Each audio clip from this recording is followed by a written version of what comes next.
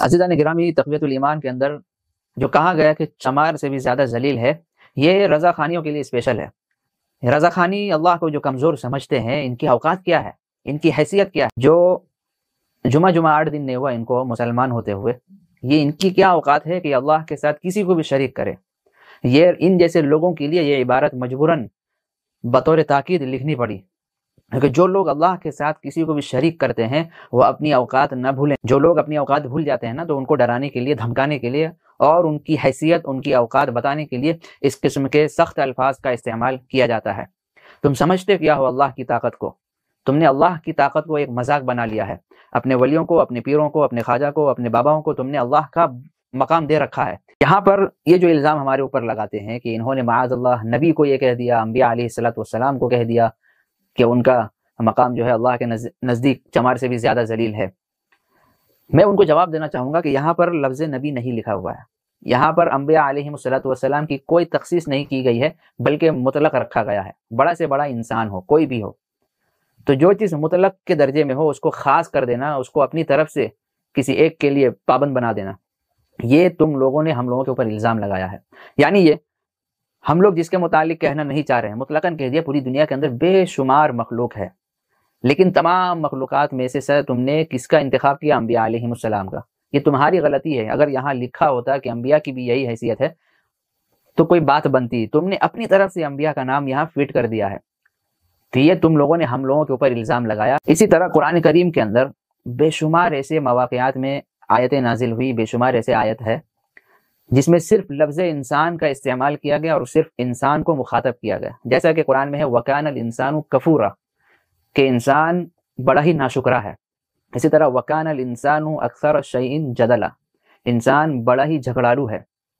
تو ان تمام باتوں کو تم اگر انبیاء علیہ السلام کے اوپر فٹ کرو گے تو تم اپنے ایمان کا جائزہ لو پھر، تو تب اس کا مطلب یہ ہوگا کہ معاذ اللہ تعالیٰ یہ کہنا چاہ رہے ہیں کہ انبیاء بھی بڑے ناشکرے ہیں، انبیاء بھی بڑے جھگڑالو ہیں، تو اللہ نے مطلق رکھا اس لفظ کو۔ اگر تم یہاں پر یہ معنی کرتے ہو لفظ انسان سے کہ انبیاء بھی اس میں داخل ہے، تو پھر تم قرآن کی اس آیت کا بھی وہی مطلب اور ترجمہ کرو کہ اللہ نے بھی انسان کہہ کر نبی کو بھی مراد لیا ہے۔ السلام علیکم ورحمۃ اللہ وبرکاتہ۔ الحمدللہ رب العالمین وبہ نستعین، صلی اللہ علیہ وسلم، اما بعد۔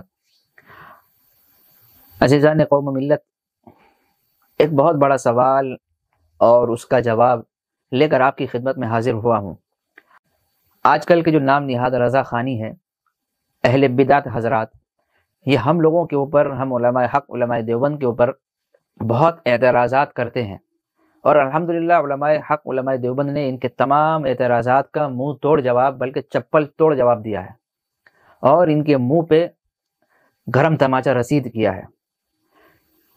ایسے ہی ایک اعتراض ان کا یہ ہے، تقویت الایمان کو لے کر یہ بہت زیادہ اچھل کود کرتے ہیں، اور ان کا دعویٰ یہ ہے کہ شاہ اسماعیل دہلوی رحمۃ اللہ علیہ نے تقویت الایمان کے اندر اللہ کی شان میں اور آپ علیہ السلام کی شان میں گستاخی کی ہے، اور یہ عبارت پیش کرتے ہیں کہ اللہ کے نزدیک چاہے وہ کوئی بھی ہو، بڑا سے بڑا انسان یا کوئی اور مخلوق یا مقرب فرشتہ، ان کی حیثیت اللہ کے نزدیک چمار سے بھی زیادہ ذلیل ہے۔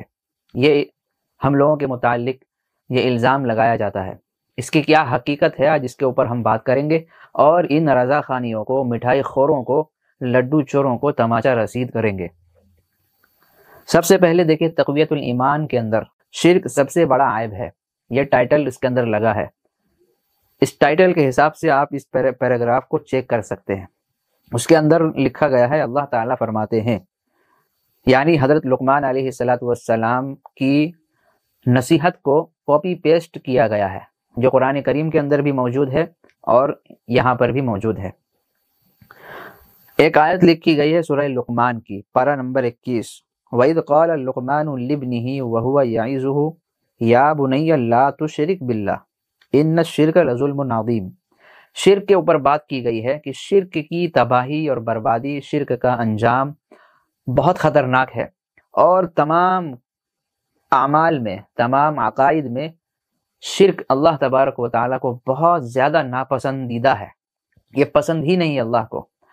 کوئی انسان اگر زنا کرتا ہے، چوری کرتا ہے، ڈکیٹی کرتا ہے اور اسی طرح نافرمانی کے کام انجام دیتا ہے، شراب پیتا ہے، تو ان تمام گناہوں کی معافی ہے، امید ہے کہ اللہ تبارک و تعالیٰ اسے معاف فرما دیں گے۔ لیکن شرک ایک ایسا مرض ہے، ایک ایسی بیماری ہے، ایک ایسا ناپاک عمل ہے جس کی کوئی معافی نہیں ہے۔ قرآن نے صاف اعلان کر دیا ہے۔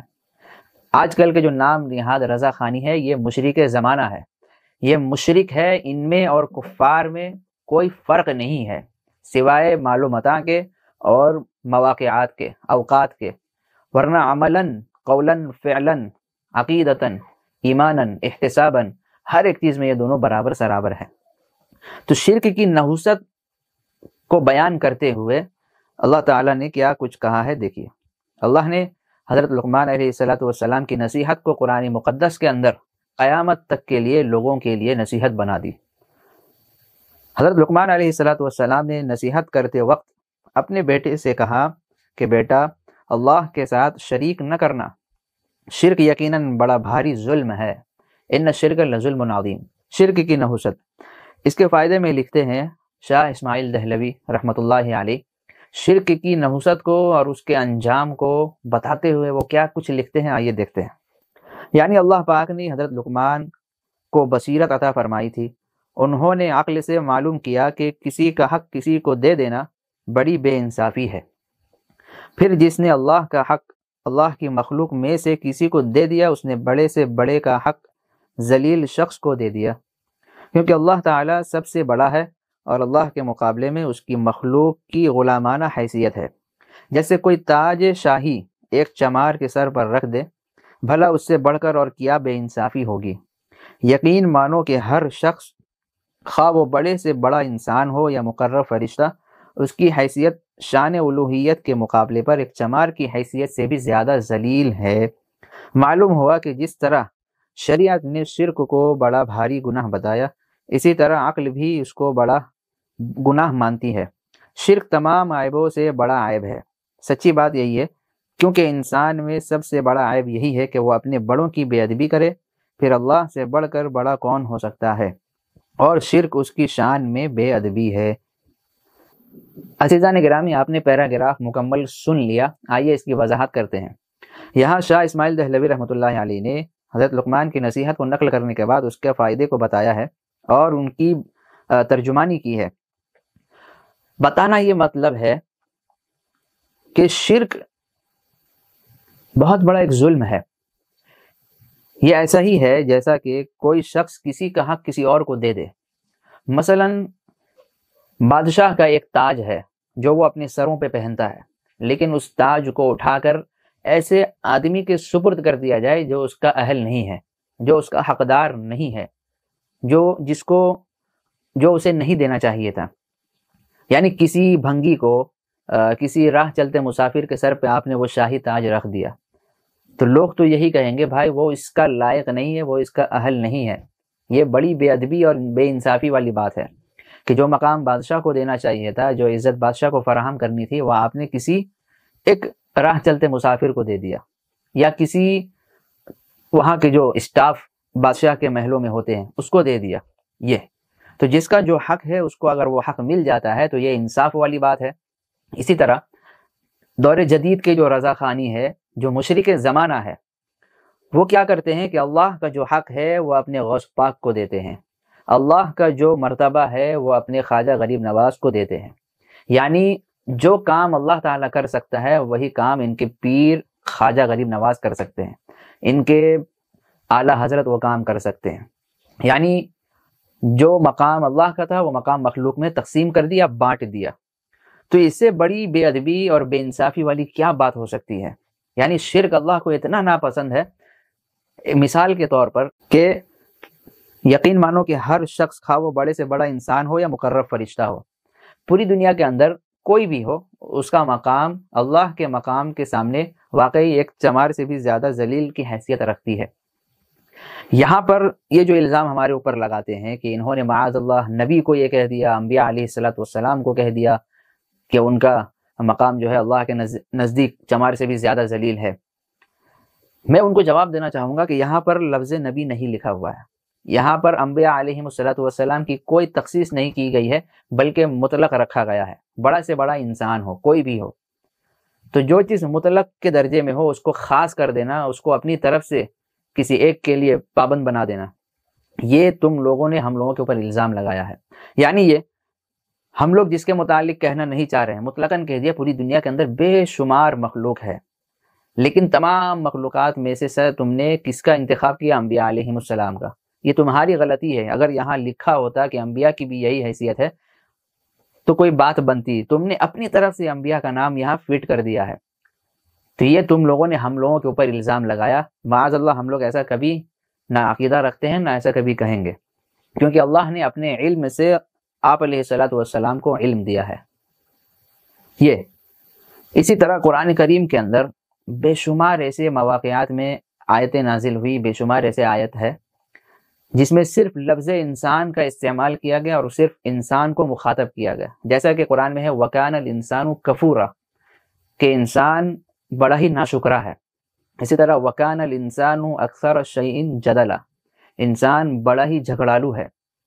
تو ان تمام باتوں کو تم اگر انبیاء علیہم الصلوۃ والسلام کے اوپر فٹ کرو گے تو تم اپنے ایمان کا جائزہ لو۔ پھر کیا انسان میں آپ علیہ الصلوۃ والسلام داخل نہیں ہے؟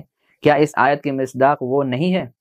تو تب اس کا مطلب یہ ہوگا کہ معاذ اللہ، اللہ تعالیٰ یہ کہنا چاہ رہے ہیں کہ انبیاء بھی بڑے ناشکرے ہیں، انبیاء بھی بڑے جھگڑالو ہیں، تو اللہ نے مطلق رکھا اس لفظ کو۔ اگر تم یہاں پر یہ معنی کرتے ہو لفظ انسان سے کہ انبیاء بھی اس میں داخل ہے، تو پھر تم قرآن کی اس آیت کا بھی وہی مطلب اور ترجمہ کرو کہ اللہ نے بھی انسان کہہ کر نبی کو بھی مراد لیا ہے، تب تم کیا کہو گے؟ تو یقیناً یہ تمہاری غلط فہمی ہے اور تم لوگ الزام لگانے میں پیچھے ہٹتے نہیں ہو، کیونکہ خدا کا مار ہے تمہاری عقلوں پر۔ جس کی عقل میں گوبر بھرا ہوا ہو اور آدھے حصے میں دوسروں کا چرایا ہوا مٹھائی اور لڈو ہو، اس کی عقل میں قرآن و حدیث کی باتیں نہیں پیوست ہو سکتی، کیونکہ تمہیں اپنا پیٹ چلانا ہے۔ اس لیے آدھی ادھوری باتیں تم لوگ نکال کر علماء حق، علماء دیوبند کے اوپر الزام لگاتے ہو، یہ تمہارے لیے منہ توڑ جواب ہے۔ چونکہ جس لفظ کو مطلق رکھا جائے اس کو عام نہیں کیا جاتا، اس کے خاص نہیں کیا جاتا، ورنہ تو پھر قرآن کے اوپر بھی الزام لگے گا کہ قرآن نے نبیوں کو بھی ناشکرا اور جھگڑالو کہا ہے۔ تو پوری دنیا کے جتنے مخلوق ہیں وہ اللہ کے نزدیک کوئی حیثیت نہیں ہے، ان کی کچھ بھی حیثیت نہیں ہے، چاہے وہ کسی بھی منصب پہ فائز ہو، اس کو منصب کس نے عطا کیا؟ اللہ نے عطا کیا۔ اسے بادشاہت کس نے دی؟ اللہ نے دی۔ اسے حکومت اللہ نے دی ہے۔ اگر اللہ چاہتا تو وہ اس کو اس مقام پہ نہ لاتا۔ تو جہاں خالق اور مخلوق کی بات آ جائے گی تو خالق سب سے اونچا اور بالا اور برتر ہے، مخلوق اس کی حیثیت سے بالکل کچھ بھی نہیں ہے۔ اور جہاں مخلوق کی بات مخلوق کے اندر رہے گی تو پھر وہاں مقام، مرتبہ، منصب، ہر ایک چیز کی رعایت کرتے ہوئے بات کی جائے گی۔ اللہ تبارک و تعالیٰ ان تمام قبر پجاریوں کو، رضا خانیوں کو، مٹھائی چوروں کو سمجھنے کی توفیق عطا فرمائے۔ ان کی مثال ایسے ہی ہے جیسے قرآن میں آیا افلا یتدبرون القرآن ام علی قلوب اقفالها، کیا وہ لوگ قرآن میں غور و فکر نہیں کرتے یا ان کے دلوں پر تالے لگ گئے ہیں؟ یہ قرآن کی آیت کا ترجمہ ہے۔ تو اس کے مصداق آج کل کے قبر پجاری، مشرک اور رضا خانی اس آیت کے بالکل مصداق ہیں، کیونکہ وہ غور و فکر نہیں کرتے، ان کے اندر سوچنے سمجھنے کی صلاحیت نہیں ہے، ان کے دلوں میں تالا لگے ہیں، حالانکہ ان کے گھروں میں اور مٹھائی کی دکانوں پہ تالا لگنے چاہیے تھے۔ اللہ تعالیٰ ان تمام کو عقل سلیم عطا فرمائے۔